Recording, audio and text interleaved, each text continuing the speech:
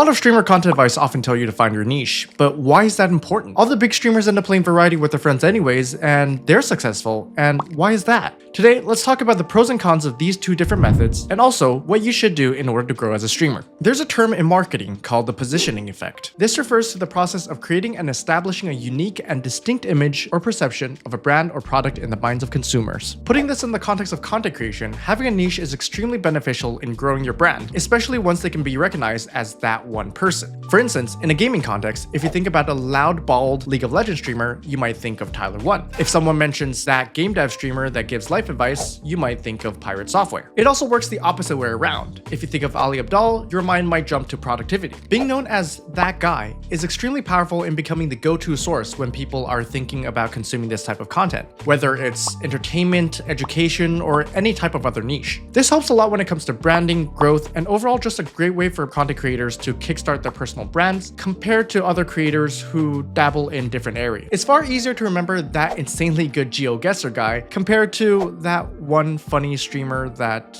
plays a lot of different games and is really funny and charismatic and has a great personality. However, this does make it slightly more difficult to produce content in other categories as well sometimes. After all, people do come to these creators for the content that they're known for, and more often than not, their off-brand content does take a lot of experimenting and trying until it actually works out. But does that mean you're locked into playing a single game? For that, let's define what having a niche is. It isn't about streaming one single game for the rest of your streaming career, it's about identifying who your target audience is. Are they here to learn about something, or are they here to be entertained? To the audience, this sets routines and expectations. This, alongside with having a set streaming schedule, allows for your community to know exactly when to tune in and what to expect. For instance, somebody who is expecting a cozy Stardew Valley stream after a 12-hour shift on a Tuesday night might not be ready to watch a hyped up, energetic Call of Duty stream. The opposite has the same effect. Somebody who is expecting a very chaotic and energy-filled Apex Legends stream might not be in the mood to fall asleep and cozy up to an Animal Crossing stream, for instance. Of course, these are just a few examples, but the idea is the same. People are more likely to return if they know what to expect to a certain degree and when to expect it. Over time, this becomes part of their routine. This isn't saying that you should do the same thing over and over again, but setting up general expectations is always a good thing. By having a more predictable viewership for both your streams and your recorded content, you also have a more predictable income, which is vital if you want to make streaming or content creation a full-time career. On the contrary, being a variety streamer is difficult for this reason. A lot of viewers tend to enjoy variety because of the streamers' personalities. As the streamers will be hopping from game to game, it is much more difficult to sustain viewers who are interested in just a single game. However, these viewers will be extremely loyal for this reason, and hopping to other types of content will be far easier as the streamers are the main attraction. We talked about viewership earlier, so now let's just talk about people. An extremely important part in content creation is all about building community, and having a niche makes it far easier to build a community with common interests. People are naturally interested in the same game that you create content with, and have a chance to form stronger connections with each other by being able to play the same game, or by bonding through a shared love or hatred towards the game. On the flip side, variety streamers' communities tend to gravitate towards the streamers themselves, allowing them to focus more on building their personal brand. Internal connections with the community is extremely important, but just like any traditional profession, networking is vital to one's success. If you're niche out on a single game, the other creators that you interact with or run collaborations with are naturally going to be within the same niche. This can create very strong friendships or content groups to explore a lot of different ideas.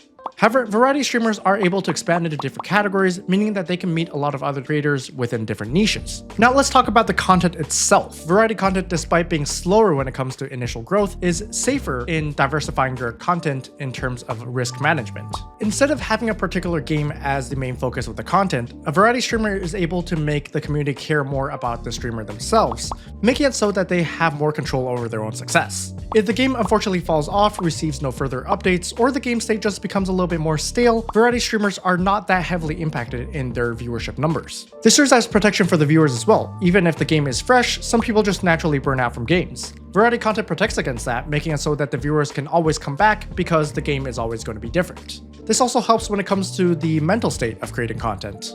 As a content creator with a certain niche, there's always going to be that pressure when it comes to creating the same content that you're known for, because as soon as you step away, your viewership drops and people get disappointed. An FPS streamer who mainly does ranked content might have bad days, but they have to still create content despite how they feel about it. Now let's talk about the level of difficulty when it comes to the content, which we can split into depth and skill level. Streamers who are not focused on single games, especially one that is long-standing, won't have to dissect and break down games in order to find new content just as much as niche creators do. Even for games that do have higher replayability, it is still significantly harder to innovate on games that have been played by you or other creators for thousands and thousands of hours. When it comes to skill level, variety streamers are rarely held to the same expectations as niche creators do. After all, somebody who has just started the game for an hour isn't really expected to be as good as somebody who has 5,000 hours in the same game. The audience are generally more forgiving and aren't expecting the same level of gameplay. This also means that it gives them more time and energy on the more important thing, how to be a better creator. A big mistake that a lot of niche creators make is confusing being a good player and being a good creator. It is far more beneficial to learn how to become a better creator in case they ever want to or are forced to pivot to other forms of content. Speaking about long-term strategy, we gotta talk about money. And we love talking about money on this channel, so let's talk about sponsorships. When it comes to sponsorships, streamers and content creators are basically salespeople with additional benefits of having communities that know, trust, and more likely share the same interests as a content creator. This makes sponsoring content creators an extremely effective way to market products and services. That being said, that is exactly why having a sponsorship in the niche that a niche content creator is in is most effective and profitable for both the sponsors and the content creators. However, for the exact same reason, if there is a misalignment between the niche and the sponsorship, the rates do drop a lot lower as well. For example, an FPS streamer can expect their audience to be more interested in other FPS games, and therefore can demand much higher rates when it comes to other FPS games or aim training sponsorships. However, it's much harder to predict whether or not their community members are going to be interested in RPG games, which is why the rates are generally going to be lower. On the contrary, a variety streamer is going to be more consistent when it comes to different types of sponsorships, as their communities are more based off of the personalities of the streamers instead of the different types of games. So which one's better, niche or variety? Of course, this depends on every creator's preferences and goals, but if you really want a well-rounded approach for the long term, consider a mixture of both. As mentioned, consistency is key, and making sure that you stick to a stream schedule is extremely important. A good method that a lot of creators do is doing content that is based off the days of the week. For instance, a Valorant streamer who streams on Monday, Wednesday, and Fridays can stream Valorant on Monday and Wednesdays in order to build a strong community of Valorant enjoyers. Fridays, however, can be set apart for a variety of any sort or niche down to have somewhat of a theme, such as Horror Game Fridays. This allows the creator to both build a strong community of FPS or Valorant enjoyers, but at the same time expand and round out the community in order to better protect their future as a content creator. Another method that a lot of bigger creators use is pivoting midstream. Using the previous example, a Valorant streamer who streams on Monday, Wednesdays, and Fridays can start off the stream by doing their main game, which is, in this case, Valorant. Once they get deeper in the stream and build up their viewership, they can pivot to something else.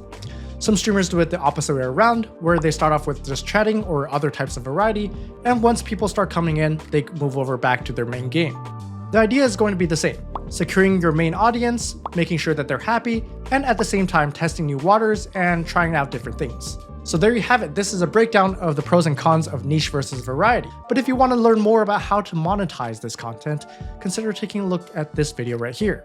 Like, comment, subscribe, and I'll see you in the next video. Bye bye.